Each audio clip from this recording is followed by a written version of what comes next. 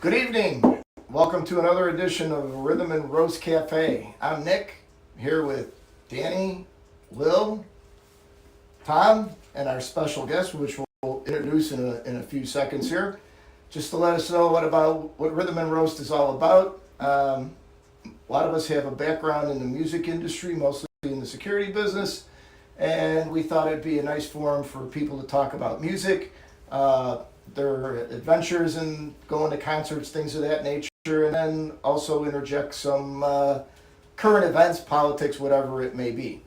The whole focus of this entire setting is that we've known each other a long time, and we've known each other, and we respect each other, and we have very, very different opinions. But we can sit down and we can talk about those differing opinions, and at the end of the day, we still walk away knowing that we're the friends that we have been for a long time. So one of the other things is it's an open forum. Please give us a chat, give us a question, give us an opinion, give us a you stink, whatever it may be. But we always like to know what whoever's watching has to think. We have a special guest here today, Fred Degerberg. Right? Did I get it right? Correct. Okay. It's an interesting guy here, and we're going to let him tell his story a little bit, but he was one of the original concert security companies, guys out there in the early concert years, 60s, 70s.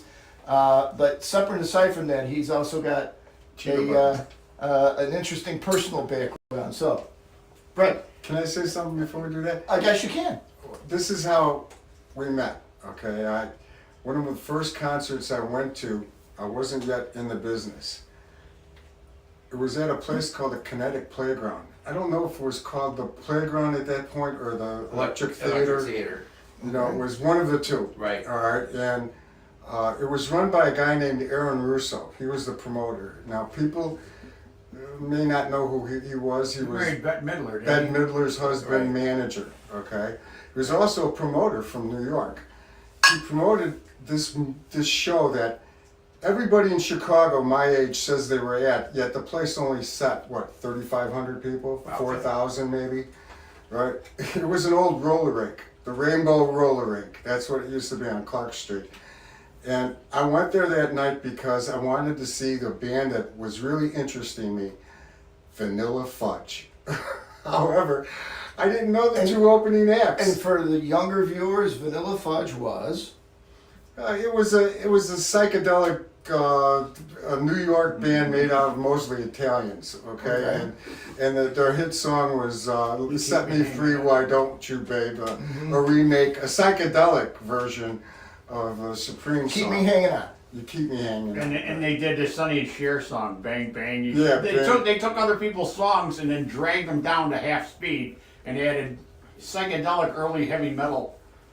Yeah, stuff to them. So Who was their drummer? The drummer, Carmine Appice. Carmine Appice. Right. So you go there, and you're going there to see a I'm show. going to And the other two bands were? Well, the band that was in the middle was Jethro Tull. I never heard of him. Okay, and the band that opened up for all of them was this band I never heard of either, a three-piece band called Led Zeppelin. You know? so I walk in, and I first come down to the front door, and I see this guy, and he's got 3 or 4 guys with him, right? And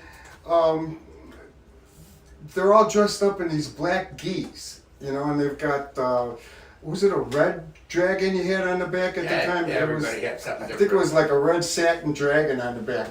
And the first thing that came to my mind is there were 2 TV programs that just came out. Well, one was a movie, one was a TV program. Kung Fu was just coming out at the time. And the other thing that was at the movie show that I just saw was Billy Jack.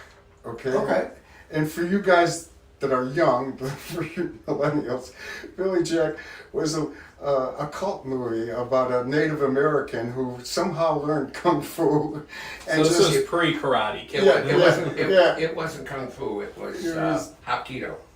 Okay. That was it was some martial art from the movie East. did to knock a guy out. And he just kicked the living bejesus out of every cowboy in the West. Okay. Which is why the TV program Kung Fu was kind of a spin-off of Billy Jack. Yeah, it was an imitation in some Right. ways, right? All right, so you run into this guy. So I ran into him and I said to myself, why are these guys wearing geese? You know, that makes them a target. I'm thinking like an Elmwood Park kid, okay? This guy's a tough guy. What can I do to a tough guy? Well, he's a karate guy. I'm a street fighter. You know, if I engage and beat him, my reward is great. I beat a karate guy. If I engage and get my ass whipped, well, the risk is low. I was supposed to get my ass whipped, right? You know, so the risk reward was Yeah. real high. You know, so I'd say, yeah, hell, I wouldn't wear a gi. I'm a target. He asked me years later how I didn't get in fights, and he did get in fights. Remember that? That you got more fights than I got into. And I said, because people thought I was crazy.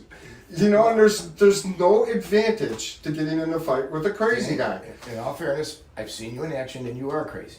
Oh. Okay, well, there was just, you had a wild-eyed look to yourself. I saw him. I thought he was nuts. He is. Yeah. No, you know. I thought he was crazy, running back and forth, pulling his So, hair, so grabbing somebody, throwing He him is out. nuts for the record. Right. So how did you get the gig? I mean, how did you get started Well, I at the was- Kinetic Playground or whatever? I was born in a house that was called Fight House. My father was a wrestler. He loved to wrestle 7 days a week. His buddies, they get drunk on the weekends. Were My they- grandfather. Were they like real wrestlers, or were they like Dick the Bruiser, Moose Cholak type No, wrestlers? that's pro wrestling. Right, He did have a couple friends. I could probably pull up their names that were pro wrestlers. But these guys were ex-Marines. Back in the day, it was only boxing and wrestling. What do you want? You get in a fight. What do you want to do? Box or wrestle? Okay. I mean, so everybody was only boxing or wrestling. The neighborhood I grew up in was called Japtown. Japtown because everybody fled California because they were locking. Some of our neighbors lost their homes, their businesses, all their bank, and they were destitute. And they were Japanese. My So a neighbor- Japanese internment you're talking about. internment. Yeah. After World War II. during the war. Well, and this is Yeah, after this the is war after because the they war. all fled here. They fled to Chicago. Okay. Yeah, and the area I'm talking about is Belmont Halsted. Sanctuary City. Okay. Yeah, so So you grew up in a fight house. I grew up. My dad got home from World War II. He was an invasion force. They were going to Tokyo. They were going to attack on foot with guns, and the Hiroshima. Actually, the day I was born, the headline was "First atomic bomb dropped." August 6th? August 5th. It was top secret that they were dropping the bomb. Right. I was born on the 13th. They didn't have CNN back then. So by the time the rest of us heard about it, was August 13th. That's when it made the papers. And then they did Hiroshima and then Nagasaki. So how did you get started in the whole So martial arts? my dad started wrestling me. When he got home, he got me in a headlock, first thing. And I was wrestling with him every day until I could beat him, which was in my teens. And I had started judo. Oh, well then my grandfather, so that was at 2. My grandfather was a pro boxer from 1910, 20, right in that era. And he was doing Grandpa, what are you doing? He said, I do a boxing routine every day. You want to join me? I said, yeah, sure. You know, so I learned to box from him, wrestle from my dad. Then I saw Steve Reeves' Hercules movie, and I went, Did we all? I was a skinny little kid, and I went, this is who I want to be. You know, so I started lifting weights. I became a Olympic state weightlifting champion. Hold on. Whoa. Did you get one of those Charles Atlas magazines in the barbell set? I think all of us bought one of those back in the 50s. I actually got it Speak from for yourself. my boxing karate instructor, Robert Beal. He had one and I have his. from Charles Atlas. Charles Atlas, Yeah. right? He was the man. And he did dynamic tension, Right. bicep, right. tricep, and Right. karate does the same thing. Right. I still got my book someplace. I have mine too. It was like a Bible. Yeah. So let's see. So I got an Olympic weights. Wait, Go ahead. You mentioned Olympic weightlifting. Oh, it's an Olympic. Yeah. There's only two lifts. There used to be you lift in one or two moves. The one move would be the snatch, where it's a wheel right Yeah. whip. You pull it up And about to your knee, And then come down. and then you jump underneath it and you straighten your arms out. You're in a full squat position, so the bar is about here. Were you in the Olympics? No, like they- Olympic style. Olympics. it's- Okay, yeah. I It's wondered an if that Olympic. was. That's how they do it in the Olympics. Right. So each city state has championships in In the state. right. in lifting, how to lift weights, and at that time, and for some time before, there was Olympic lifting was one of the first things. Everybody did it. Europe, Okay. So So you're a state champ.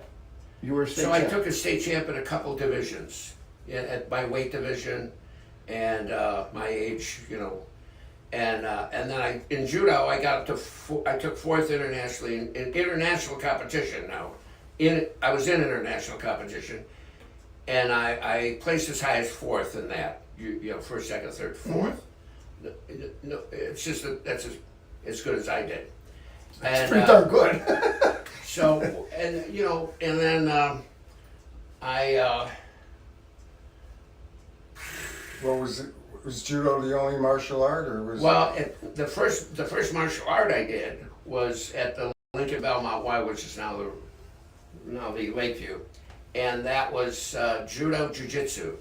It was combination. At that time they still had judo, and we would do judo the first part of the class, and then we would practice judo, like grabbing throws, pins, arms, and chokes. Those are the ones? Those are judo. yeah. There's only 4 ways. Okay. Jiu-jitsu, you could do anything, but guys would come out all busted up, and it was pretty brutal.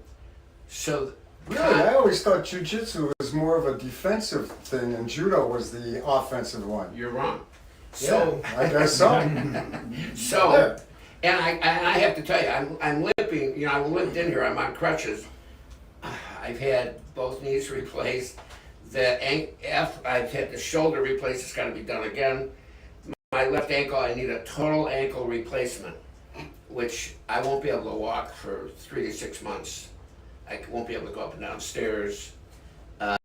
So that's been 5 years I've been stalling, and I've had this eye cut in half.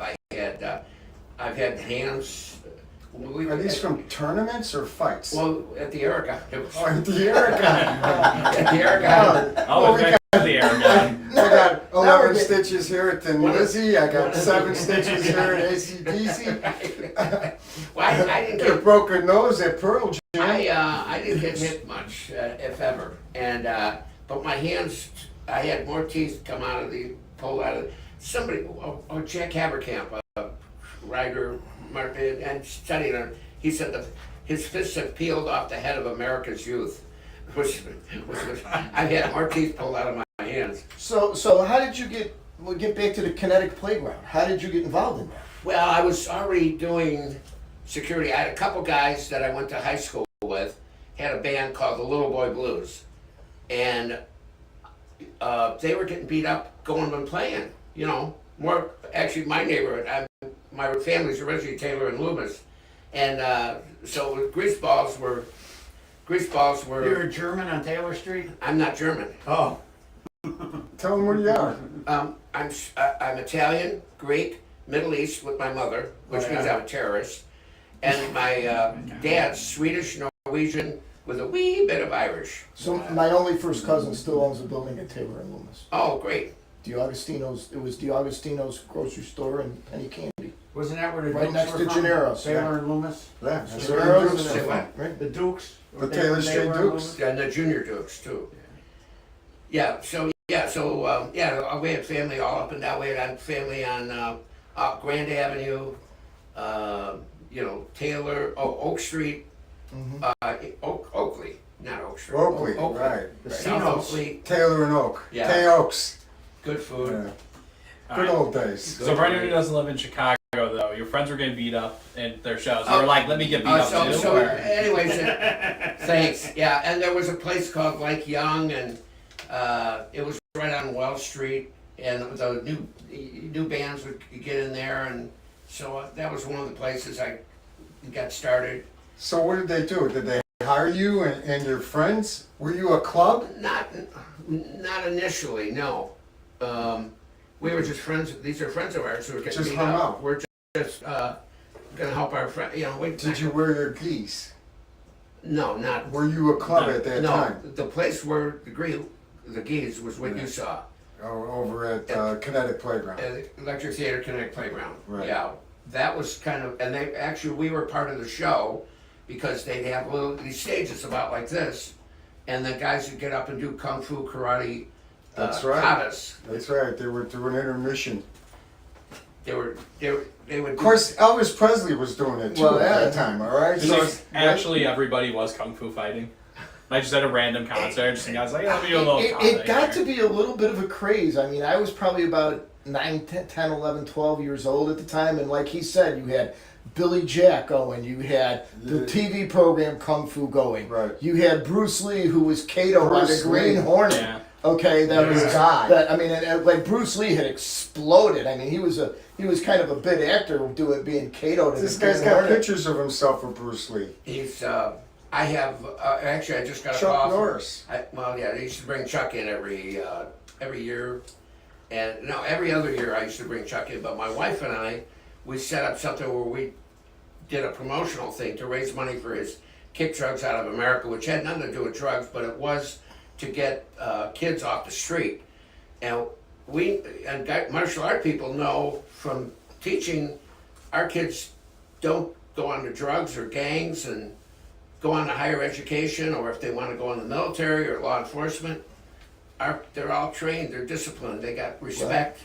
There's the word, So discipline. yeah, so we helped Chuck out with that, and but yeah, There's a lot for young So kids. he having also discipline. was instrumental in giving some tips to people like Steven Seagal, right? I mean, didn't Seagal come? I was in his first movie. He's actually a student of mine, but only because my one student around. Above the law. Yeah, I was in above the Above the law Law. with Terry Stewart With Terry, yeah. Well, what did you in Above the Law? I'm sitting in the bar, at the bar next and to Terry. he comes in. Terry Stewart. Right, Terry was on the street. but they go to the bar and No, they're Terry sitting wasn't. next to- Terry No, wasn't. this in is the you? bar? Terry Okay. wasn't on the. Terry wasn't in that scene. Terry was on a later scene. We walk up to him. What'd you do to my buddy? And he pours Yeah, him. and he hits Terry, right? And Seagal, I'm the only one that doesn't get hit in that bar scene, but it's in about the first 10 minutes. Right. And Right. he walks in a bar, and I'm talking to one of his students actually, and he's kind of rugged looking guy, and I go, he comes up to me and he hits my arm. He goes, "You seen this girl? A teenage girl?" Yeah, and they dubbed my voice, so they didn't have to pay me. I could have sued them, but they dubbed my voice. I could have gotten money back because they. Just because they dub your voice. They and dub my couldn't- yeah. Oh, jeez. So man, I got $1 million worth of publicity just for that Yeah. stupid little half a minute thing. Way cool. That's way cool. Yeah. So anyways, So you ended up with Chuck Norris, Steven Seagal a little bit. well, I'm known in the martial art world because Okay. I've been doing stuff like judo, karate, aikido. I So started. you mixed them up. I started doing a lot of stuff. I wanted to get stuff that was useful, that would work in a street fight, and some of the stuff did, some of it didn't. As I found out what didn't, I didn't use that, and I used this other stuff. So what worked at a concert that didn't? Say again? What worked at concerts? What style? What discipline? What style would a work little at bit, shows? a little of this, a little of that. Yeah. And that was it was before there was MMA, mixed martial. I was mixed martial arts decades before there was mixed martial arts. Yeah, they didn't call it that before Bruce Lee. It wasn't even called there after Bruce Lee. What was his style? Zeet something? Jeet Kune Do. The style he took was Wing Chun. Okay, hand fist. That's or like the something? traditional, more Chinese style. I think. Say again. Wing Chun, that's like traditional Chinese that he adapted. Well, it's not traditional Chinese. It was actually Older. a style that the monks were trying to teach because the evil emperor was really evil, and they were trying to teach people because the kung fu styles take years, decades to master, and Wing Chun, they were trying to get something that they could teach in a hurry, Quickly. like in a 6 months a year. That's a short amount of time. These kung fu guys, it take them 20, 30 years.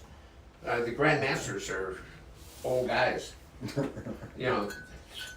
So by the time they could use it, they So- can't use it. Well, they They can teach it. I've been a bunch of other planets, you know, and so these old guys are still. I've seen guys 80, 90 years old still throwing people, and in Brazil and Japan and China and Thailand and Philippines, you know, every culture's got some kind of fighting art. So going back to concert security, did you ever get sued for Did I ever- concert security? No, but I bet Chan got sued. I got sued so many times. Oh, you got sued? Oh, we got, well, me personally and the company too, okay?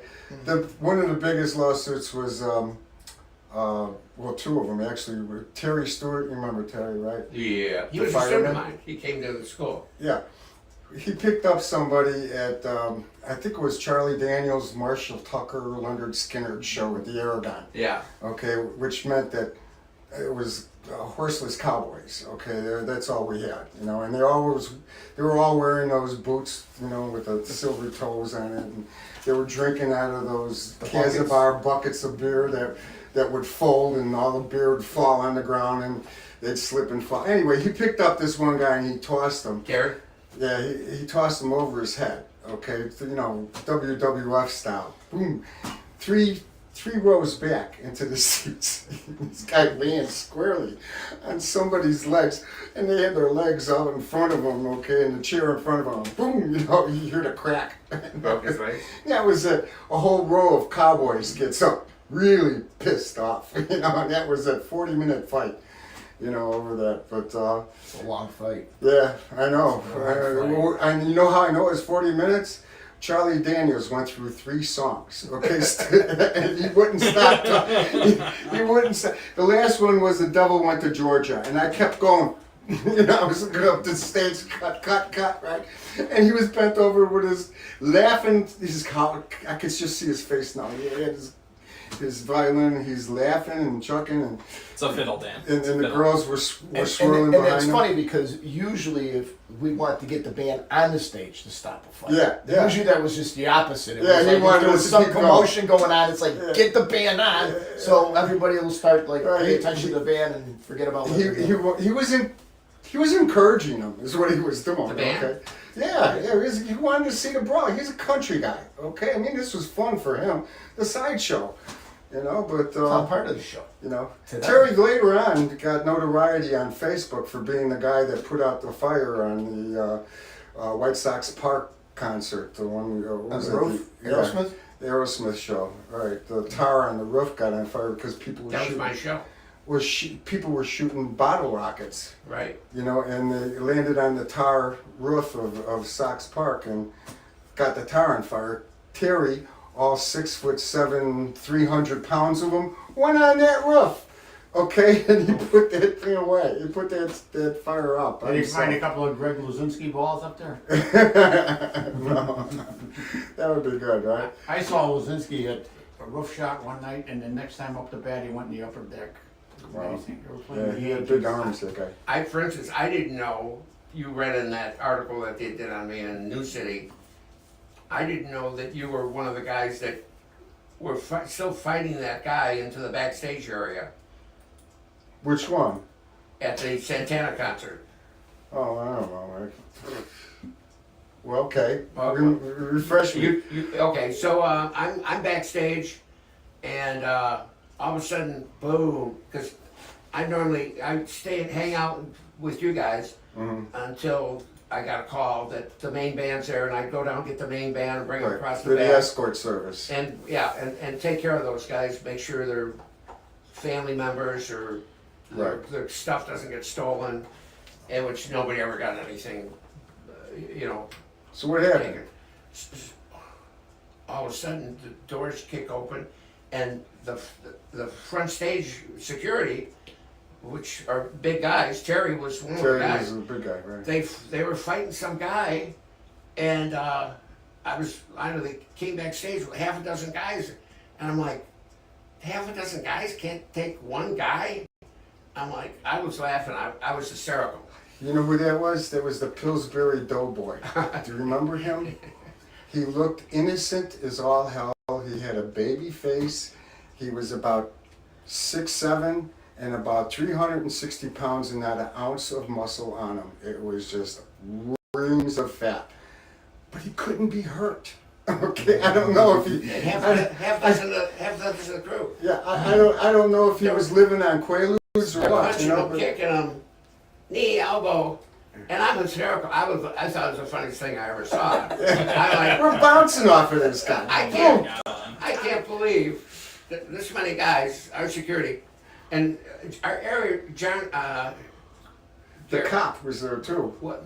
No, but I'm saying, who are the two guys? Jerry and Jerry Arnie. Arnie. Jerry and Arnie are standing. One of them is standing next to me. I don't remember which one. I'm laughing my ass off, and one of them said, "Oh, this is the worst thing I've ever seen," and I'm laughing. Ah! He goes, "I wish somebody could stop this." And I turned to him. I said, "You want me to stop it?" You know, I was having such a good time. And he said, "What are you gonna do?" I said, "That's my business. You want me to stop it or not?" You know. And he thought about it for a while because I'm a little crazy. And so he said, "Yeah, okay." So it was about from here to that TV maybe. And I take 3 steps and I get my arm in and I get him in a choke and it just took me a second and I knew once the blood went up and came down and there was nothing there, I knew he was going to go out cold. And then I took 3 steps. I did this to him.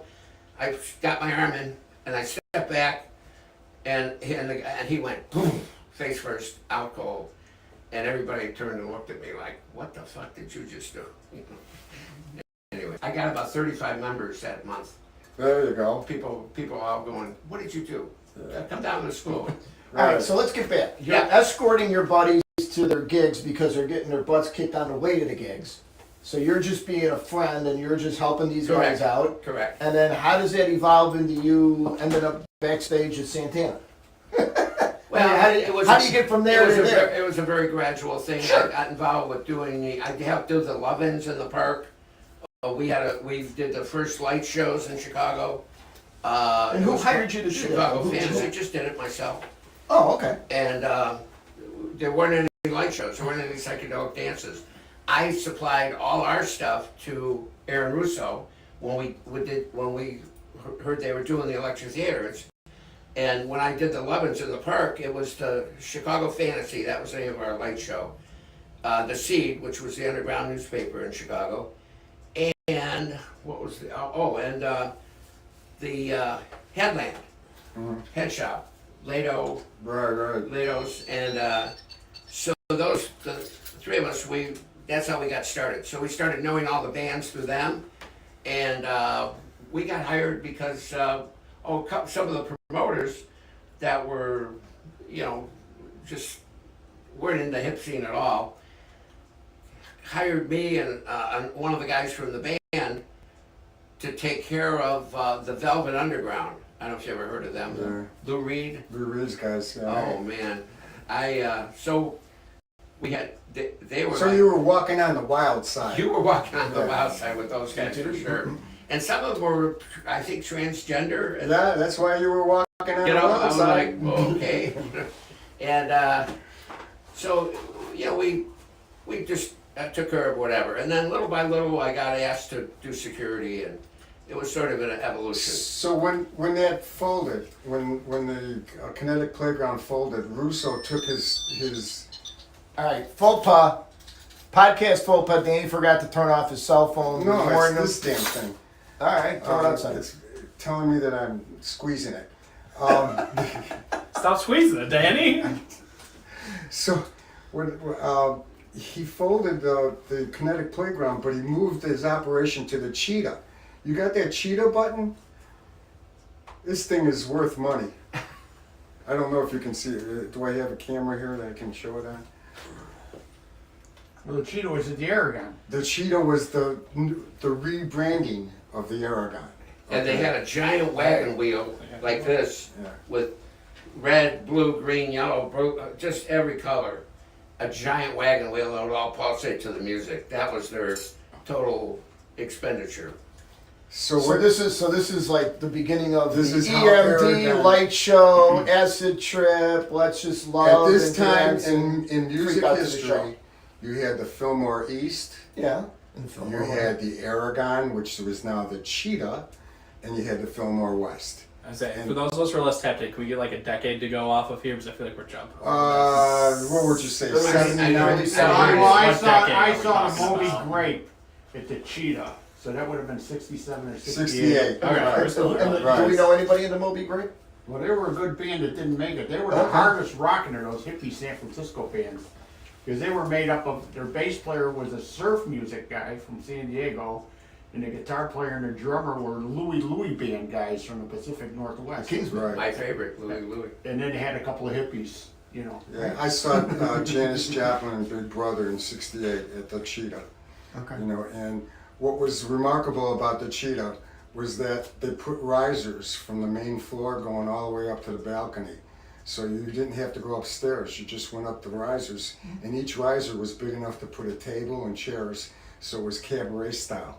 So you had a small dance floor in the middle of the floor, and you had a large cabaret all the way around. It was the biggest nightclub, real nightclub, in probably the entire Midwest. Okay, that sounds cool. You know, it was cool. They had the ball, you know, the mirror ball? They'd hit it with the spotlight, and you see the stuff. The ceiling has holes in it with lights in the ceiling, and if you ever looked at it That- when they turn it on, those are supposed to be stars. Did you ever get to go in the basement? Yeah, where the springs are. Oh my The god. whole dance floor. The whole dance floor is springs. Okay, I mean there's these 3 foot, 6 inch in diameter springs that are underneath the beams of the dance floor, because they built the place to do the foxtrot. 1, 2, 3, bounce. 1, Well, 2, 3, listen, bounce, and the whole place would bounce. I remember my dad telling me that they would go to the Aragon for big band dances and all Yeah. the kid people. They were That's all what it was jitterbugging and hopping and doing right. all They that had stuff. a little 3 foot Yeah. stage where the band orchestra pit was, and then there was where the singers would be above that. But yeah, it was. There's also 4 projectors on those Arabian little alcoves, and the projectors project clouds on the Right. ceiling. Like the clouds are So the moving. clouds will move from the back to the front, as the stars shine through, and as the ball goes around. And yeah, it was a great experience. Arabian Nights. Kids don't have that experience to They go are. to. Well, not unless you go to Vegas and you go to the Dome now, and then you well, can just They also had program anything. They also had these big, like 5-10 gallon drums that you could see through, that had the mist that would they had Oh different. yeah, they're the hot ice, Oh, dry ice. dry ice. Yeah, Yeah, that Well, was- it was that was actually big. it was a smell-o-vision. They were doing different oh, smells. they would put scent in the They were dry ice. scenting in the. The problem with dry ice is it's CO2. You can't breathe. Okay, you get close to that projector of dry ice and you start choking. They used to do that at the stage. They thought it was real cool to see the dry ice tumble off the stage. Well, the guys in front of that stage Couldn't breathe. were us, and Right. we couldn't breathe. Okay, it was like, Well, it beats the oil. Oh, they smoke had the that oil, yeah, that they use instead of that. But now that nobody smokes at concerts anymore, so you don't get that smoky Yeah. aura. Now they have the phony smoke that was like grease all over your face by the time the show was over. It was disgusting. So And everybody used the dry ice because that was like the cool thing. They put it in and they'd have these fans and they'd put tubes out and they'd blow it all over the place. And yeah. Well, folks, we want to thank you for joining us. We hope that you would start contacting us. So start to get on your keyboard and let us know what you think. Hit like a few thousand times and subscribe a few million times. We want to stick around, and only you can make us do that. So anyway, next week, Tom is going to be the host. Tom, can you tell us a little bit about next week? Well, we're gonna have a guitar player, Mo, who's a BB Spin. Is gonna be the guest, so we'll do some talk about rock and roll. One thing that's been on my mind is the origins of heavy metal, which is a controversy. We might talk a little about that. Like some people think it started with Black Sabbath, and some people think it started with Led Zeppelin. I think it started with Blue Cheer, who I saw. You had to see Blue Cheer to know. But anyway, you know, we're talking some music stuff, rock and roll. I heard somewhere today that they were talking about Lollapalooza, and I don't know if there's somebody wanted this band to play, but there's some metal thrasher country band. Which I mean, you know, we grew up with what was called Southern rock. Yeah. Okay, but no, there's somebody saying there's like an actual country like metal thrasher band out there. That would be interesting. That's really that's getting popular, I should say. I don't know. That would be really interesting. I'm so out of touch with all of it. I have. There used to be a punk polka band called Polka Side.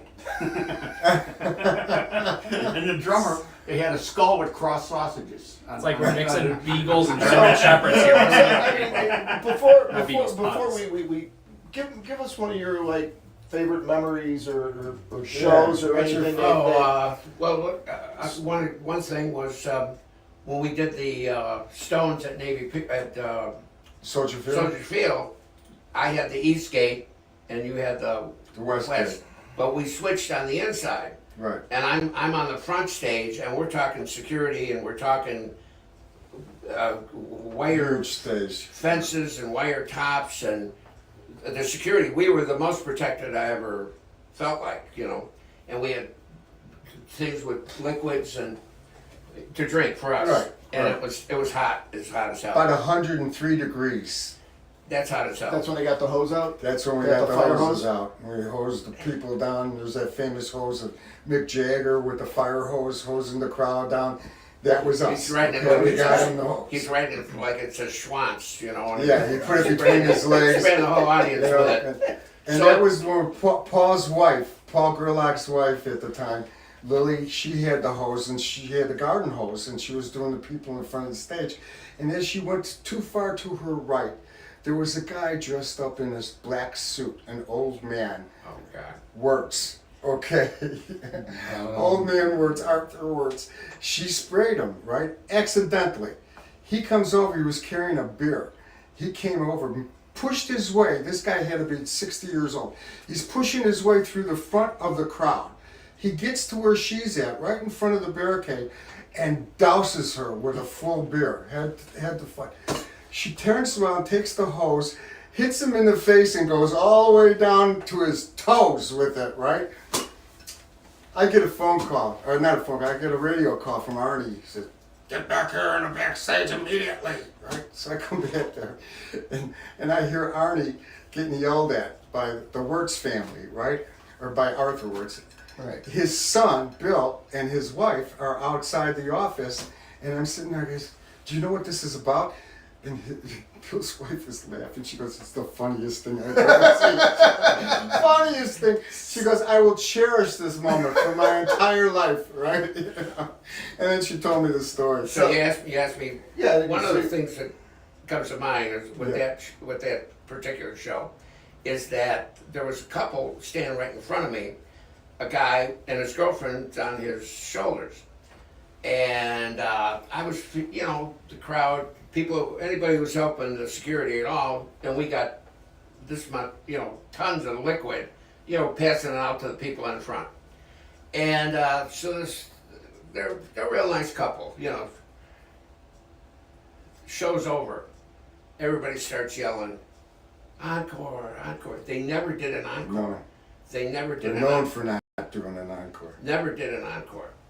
I go to the guy, I get real close, I go, you want to see an encore? He goes, yeah, why? Take your top off. No. And she had a set. Do you remember this? Yeah. She takes her top off. I was close enough to the backstage. I go, they're taking their clothes off. They want an encore. One of the time, Jagger comes over. You know, they all. One of the time, it was like head here, head here, head here, head here. There's like, They're rubbernecking. yeah, everybody all on one side of the stage. Well, That's wasn't she- where they did the encore. I think she was a plaster caster, wasn't she? What's the? Never mind. Do you remember the plaster casters? Don't ask questions you don't want the answer I to, or don't know the stopped. answer to. I stopped myself. All right. You know, I want She to get back to something. was. Anyway, she took her top off. I let them in every time they came into the Aragon. After that, I would go, you guys are okay. Yeah, we got an encore out of the Stones for it. Chuck Norris, did you have anything to do with his movie that he shot here? Was it Code of Silence? No, it was a Code pretty of good Silence. Some Code of other, Silence. some buddies of mine were in it, and they were involved in it. I didn't have anything to do with it. Do you know the story about one of the scenes in that movie? No. Who was the Chicago cop that became an actor? Dennis Farina. Dennis Farina. Okay. Farina. It's my understanding that Farina is a consultant on the movie, and he's got a busted leg, so that's why they made him the consultant, and he had done some acting. And there's a scene in that movie where all these coppers are drinking in a bar, and two guys come in to rip off the bar. Okay. Supposedly everybody pulled the gun out. that really happened in real life to these cops that they were at some bar, and that actually happened. And they handcuffed the guys, and they left them in the corner for like 3 shifts. Like the shifts of the cops were coming through, and they're like, "What are those?" Yeah, they tried to rip us off about a day. Man, these guys are sitting in. But that scene was actually built into that movie. But that's why Okay. when you mentioned him, I didn't know if he had anything to do with that movie. No, Okay, no, simple answer. I did do some other things.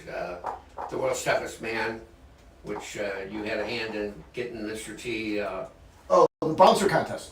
Yeah, Which one? Oh, the bouncer contest? I was in that movie, The World's Toughest Man. They did a movie, Oh, yeah, I didn't know. so I was in that. They did it about the bouncer contest?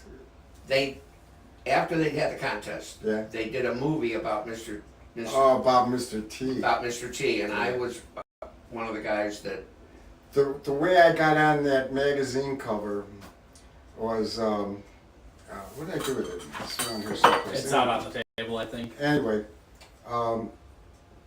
I had this magazine cover for that I got on for Triad magazine, and then I was at the Aragon one day and I get a phone call.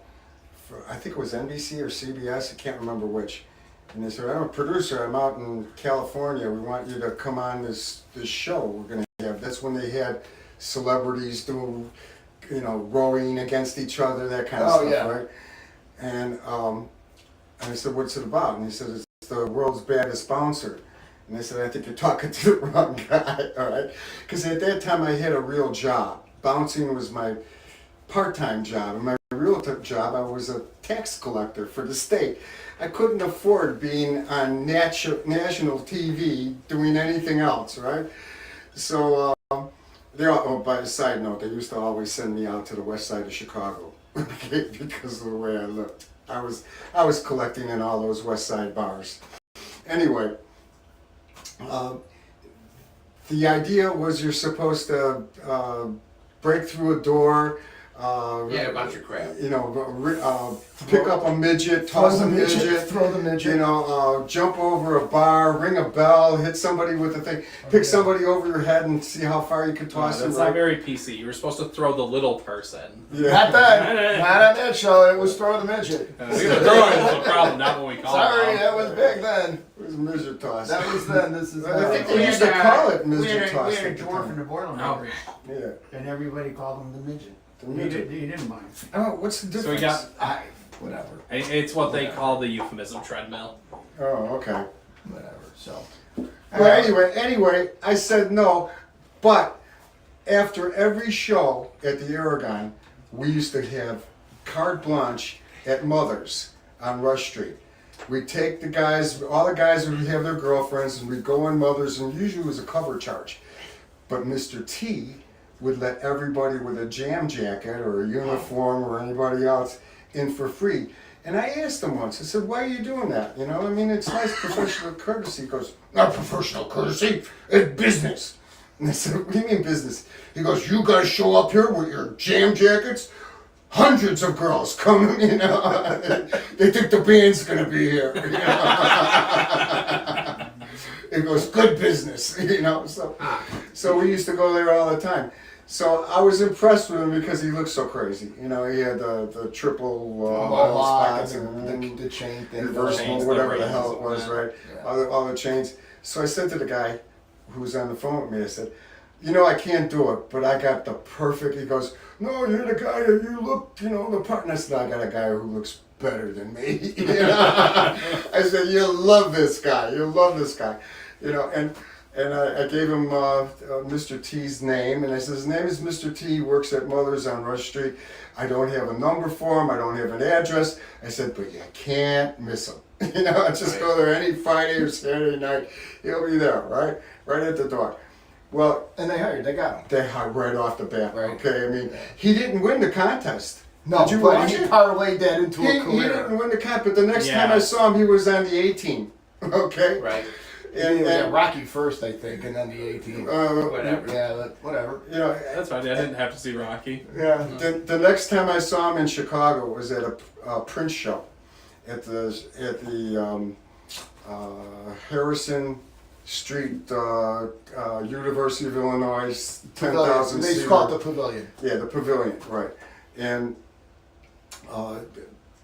Crazy Steve just died. yeah, Speaking of which. I know. And Yeah. we're gonna do a segment on him later. Okay. But Prince had this crazy security director who was like a finicky guy, right? And the way the pavilion is set up, it's longitudinal. And on one side of it, there's cafeteria tables where everybody eats, the crew, the band, and everybody else. And on the other side, there's dressing rooms, you know? Well, Prince had to go from the dressing room to the stage, which is about 60 feet, going through the cafeteria side, right?